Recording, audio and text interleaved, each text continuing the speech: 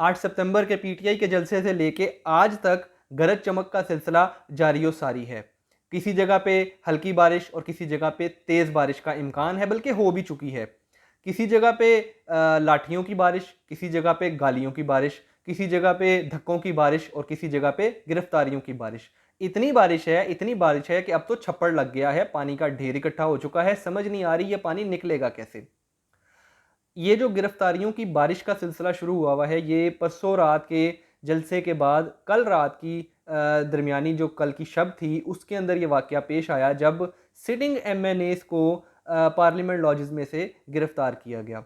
Mask पहने, बुर्का पहने और मुंह छुपाए चंद अफराद आए और उन्होंने आके उन एमएनएज़ को उठा लिया और उनको उठाने की वजह ये बताई कि इनको हमने 7 बजे का टाइम दिया था कि आपने जलसा मुकम्मल करना है, लेकिन आप लोगों ने 7 बजे जलसा मुकम्मल नहीं किया, यानी लेट ख़त्म करने पे आपको हमने उठा लिया है, धक्के दे के लाठियाँ और डंडे बरसा के आप पे, तो हमने आपको गिरफ़्तार करना था, वो हमने कर लिया है। जो कवानीन हैं आइन के मुताबिक पार्लियामेंट के अंदर अगर कोई शख्स किसी की गिरफ्तारी मतलूब हो, तो जब तक स्पीकर कौमी असम्बली इसकी इजाज़त ना दें तब तक किसी की भी गिरफ्तारी अमल में नहीं लाई जा सकती, ख़ास तौर पे जो कि रुकने कौमी असम्बली हो। अब जब ये बात सारी शोर शराबा मच गया और जब ये तकरीबन 50 के करीब मेंबर्स थे पीटीआई के जिनको उठा लिया गया पुलिस की जानिब से, तो शोर शराबा मच गया, लोगों ने रोला रुला डाला और पार्लियामेंट के इजलास के अंदर अली मोहम्मद ख़ान जैसे जो हमारे एमएनएज़ हैं, पीटीआई के रहनुमा हैं, उन्होंने बहुत ज़्यादा शोर शराबा किया।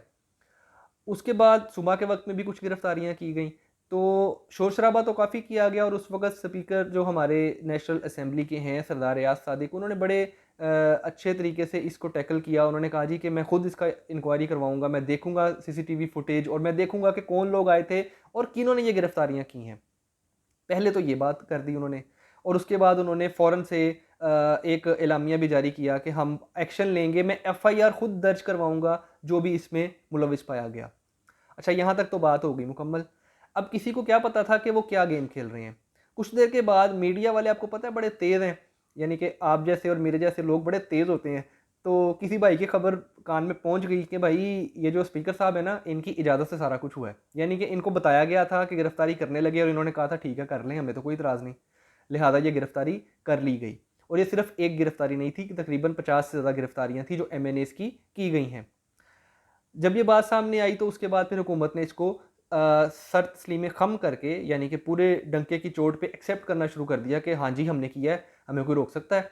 जो परसों आप लोगों ने स्टेटमेंट दी थी, जो कल हुआ है, वो उसका रद्द अमल है। ये बात कही है ख्वाजा आसिफ साहब ने। अब चलें, ख्वाजा आसिफ साहब तो एक वज़ीर हैं और नून लीग के पार्लियामेंट के एक मेंबर हैं, बड़े अच्छे तरीके से अपनी पार्टी को रिप्रेजेंट करते हैं, पुराने सियासतदान हैं, हर चीज़ को समझते हैं, कोई इतने आम इंसान नहीं है।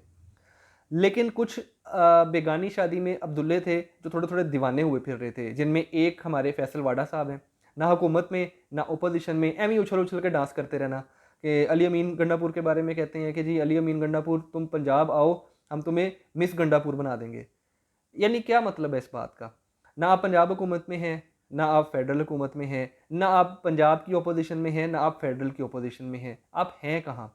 और आप किस पार्टी से बिलोंग करते हैं और आप किसकी रहनुमाई कर रहे हैं, किसकी तर्जुमानी कर रहे हैं? आज तक नहीं पता चला। पता तो सबको ही है, लेकिन पता नहीं आज तक चला कि आप किसकी तर्जुमानी करते हैं। लेकिन खैर, आपके बयान की इतनी अहमियत नहीं है। आपकी बातें जहाँ से भी आती हैं यकीनन सब जानते ही होंगे, लेकिन आपकी जो बात है उसकी किसी को क्या फ़र्क पड़ेगा या किसी को क्या उसकी अहमियत का अंदाज़ा हो सकता है, क्योंकि आप बड़े क्या कहते हैं, बड़े वसूख के साथ बड़ी अच्छी बात करते हैं अक्सर।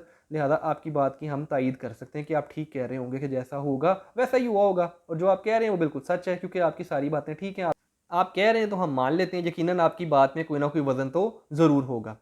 इसके बाद बात यह है, शेर अफजल मरवत और जैन कुरैशी और दीगर रहनुमाओं को जिस्मानी रिमांड पे आज पुलिस के हवाले कर दिया गया है। तो देखते हैं कि इनका कितने दिन का रिमांड मंजूर होता है और ये कितने दिन में रिहाई हासिल करते हैं। और सबसे अहम खबर जो आज की है वो ये है कि जब अली अमीन गंडापुर साहब जलसा करके बाहर निकले हैं खिताब करके, तो जलसे के बाद उनको 7 घंटे तक लापता रखा गया है, यानी उनको भी उठा लिया गया था। ये नहीं पता किसने उठाया है। उमर अयूब खान जो कि पीटीआई के जनरल सेक्रेटरी हैं, वो कहते हैं कि हमारा उनसे रब्ता ख़त्म हो चुका है और हम उनके स्क्वाड से रब्ता करने की कोशिश कर रहे हैं। उनका नंबर भी बंद है, उनके स्क्वाड का नंबर भी बंद है, किसी से रब्ता नहीं हो पा रहा। तकरीबन 7-8 घंटे वो गायब रहे हैं और उसके बाद वो तकरीबन 8-9 घंटे के फ़र्क से फिर सीएम हाउस में पहुंच गए हैं केपी के अंदर। तो अभी तक उन्होंने अपनी इस गुमशुदगी के हवाले से कोई बयान जारी नहीं किया है। अभी तक उन्होंने नहीं बताया कि उनको किसने उठाया था, किसने बुलाया था, किसने पुकारा था या किसने उनको बातचीत के लिए दावत दी थी। लेकिन बड़ी हैरत अंगेज़ बात है कि एक वज़ीर आला, एक सूबे का वज़ीर आला उसको गायब कर लिया जाए, उसे भी उठा लिया जाए। अब तक के लिए इतना ही। देखते हैं कि कौन इसके बारे में सुराग लगाता है कि किसने उठाया था और कहाँ उठाया था और कैसे पहुँचाया और किस तरह से पहुँचाया, तो ये पता लगाना बाकी है। मैंने दया को कह दिया है, वो पता लगा लेगा। अब तक के लिए इतना ही। मेरा चैनल सब्सक्राइब करना ना भूलिएगा, वीडियो पसंद आए तो लाइक करना ना भूलिएगा और शेयर ज़रूर कीजिएगा। अल्लाह हाफ़िज़।